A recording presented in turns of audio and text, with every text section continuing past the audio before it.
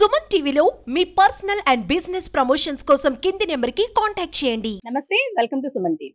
కూటమి పాలన స్టార్ట్ చేసినప్పటి నుంచి కూడా అభివృద్ధి పదంలో ముందుకు దూసుకుపోతోంది. అలాగే తాను పోటీ చేసిన ప్రతి చోట కూడా జనసేన పార్టీ పోటీ చేసిన అన్ని స్థానాల్లోనూ భారీ మెజారిటీ సొంతం చేసుకొని అభివృద్ధి పదంలో ఆంధ్రప్రదేశ్ కి ముందుకు తీసుకువెళ్తూ ఉన్నారు పవన్ కళ్యాణ్ గారు. అయితే పవన్ కళ్యాణ్ గారు తాను అధికారంలోకి వచ్చిన తర్వాత తన చార్జ్ తీసుకున్న తర్వాత తన పరిధిలోకి వచ్చిన ప్రతి సమస్యను చిటికలో సాల్వ్ చేస్తూ తనదైన మార్క్ పాలనని ప్రజల్లో వేసుకుంటూ ఉన్నారు. అయితే పవన్ కళ్యాణ్ కి సంబంధించి జనసేన అధినేత పవన్ కళ్యాణ్ గారికి సంబంధించి ఒక వార్త అయితే వైరల్ అవుతూ ఉంది.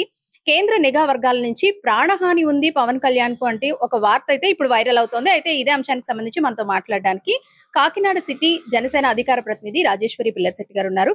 మ్యామ్ నమస్తే అండి. పవన్ కళ్యాణ్ గారు పాలన స్టార్ట్ చేసినప్పటి నుంచి అంటే ఆయన చార్జ్ తీసుకున్నప్పటి నుంచి కూడా ప్రతి సమస్యను తన పరిధిలోకి వచ్చిన ప్రతి సమస్యను చిటికలో సాల్వ్ చేస్తూ ఉన్నారు.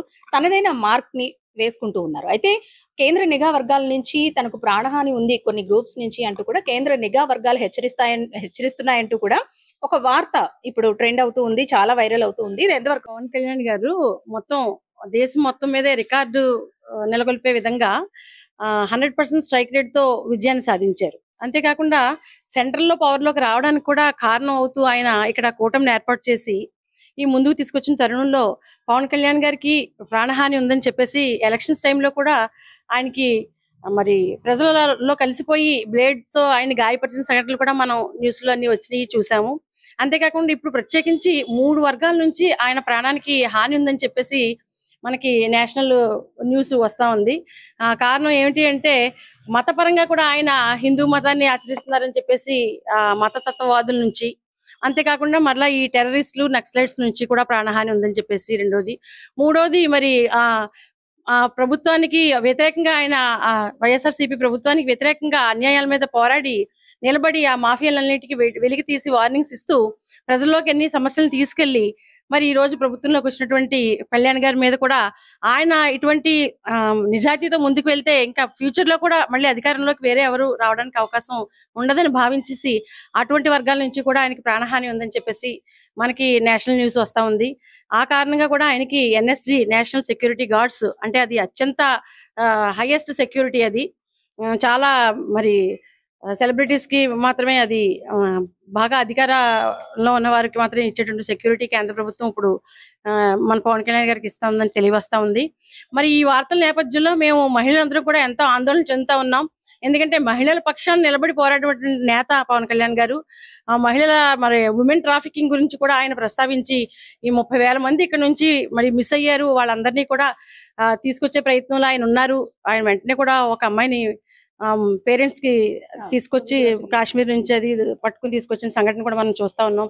కాబట్టి మహిళల భద్రత విషయంలోనూ అలాగే మహిళలకి సంక్షేమం విషయంలో కూడా ఆయన ఒక అన్నదమ్ముడుగా కళ్యాణ్ గారిని ఎప్పుడు కూడా మహిళలు కుటుంబ సభ్యుడిగానే ఒక అన్నగానో తమ్ముడుగానో ఒక మేనమావగానో అలా భావిస్తూ ఉంటారు. కాబట్టి మహిళలందరూ కూడా మేము ఎంతో ఆందోళన చెందుతా ఉన్నాం. ఆయన గురించి అనేక ప్రార్థనలు చేస్తా ఉన్నాం. మేము ఆయనకి రక్షణగా కేంద్ర ప్రభుత్వం మరి మంచి సెక్యూరిటీని ఇవ్వడాన్ని ఆహ్వానిస్తా ఉన్నాం. ఖచ్చితంగా ఈ వెనకాల ఈ వర్గాలు ఎవరన్నది కూడా వెంటనే దాన్ని పట్టుకోవడం, నివారించడం, ఆయనకి ఇంకా సేఫ్టీ జోన్ లోకి వెళ్ళారు, ఆయన అటువంటి ప్రమాదం లేదని న్యూస్ వచ్చే వరకు కూడా మాకు ఈ ఆందోళన కొనసాగుతూ ఉంది. కాబట్టి మేమంతా కూడా సర్వమత ప్రార్థనలు కూడా చేస్తాం. మేము పవన్ కళ్యాణ్ గారి రక్షణ కోసం ఎప్పుడు కూడా మహిళలందరం కూడా ఆడబిడ్డలుగా మేము ఆయన యొక్క శ్రేయస్సుని సంక్షేమాన్ని కోరుతా ఉన్నాము. పాలన స్టార్ట్ చేసినప్పుడు డిప్యూటీ సీఎం గా తను అధికార పగ్గాలు చేపట్టినప్పటి నుంచి ఇప్పటి వరకు కూడా తన పరిధి కాని వాటి గురించి కానివ్వండి, తన పరిధిలో ఉన్న సమస్యల గురించి కానివ్వండి తనదైన మార్క్ ముద్రను వేసుకుంటూ ఉన్నారు. మహిళల పక్షాన నిలిచిన నేతగా కూడా ఆయనకు ఒక ముద్ర అయితే పడిపోయింది. సో చాలా మంది ఇప్పుడు మనం చూసుకుంటే గనక ఎక్కువగా మైనర్లు రీసెంట్ గా మనం ముచ్చుమరి ఘటన చూసుకోనివ్వండి, లేదంటే విజయనగరం ఘటన చూసుకోనివ్వండి, ఆడపిల్లల మీద అకృత్యాలు అనేవి చాలా వరకు పెరిగిపోతూ ఉన్నాయి.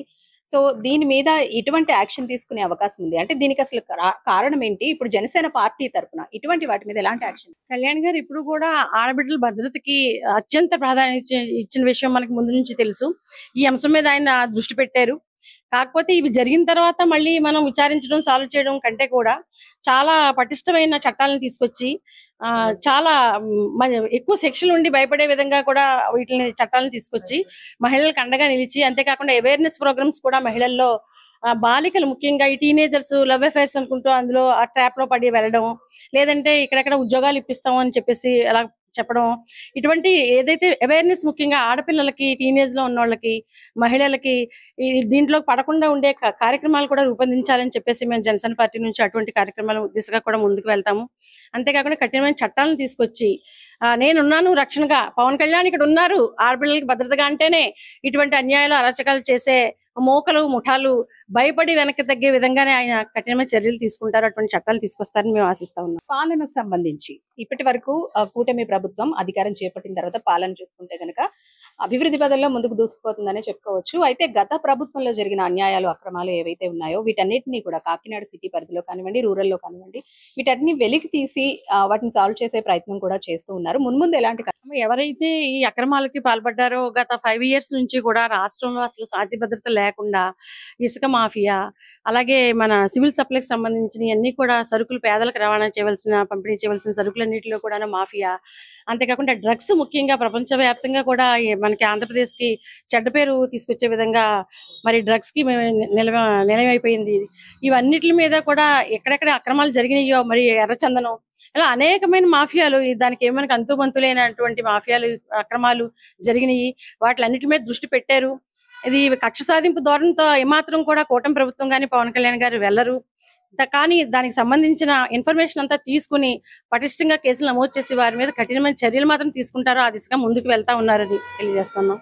మేడం, మొత్తానికి కూటమి ప్రభుత్వం అధికారం చేజిక్కించిన తర్వాత పాలనలో దూసుకుపోతా ఉంది. అయితే కాకినాడ అర్బన్ కానివ్వండి, రూరల్ కానివ్వండి, జరిగిన అన్యాయాలు, అక్రమాలు, గత ప్రభుత్వ హయాంలో జరిగినవన్నింటినీ కూడా బయటకు తీసి వాటిని సాల్వ్ చేస్తూ ఉన్నారు. అయితే ఈ నేపథ్యంలోనే ఒక వార్త అయితే చక్కర్లు కొడుతూ ఉంది.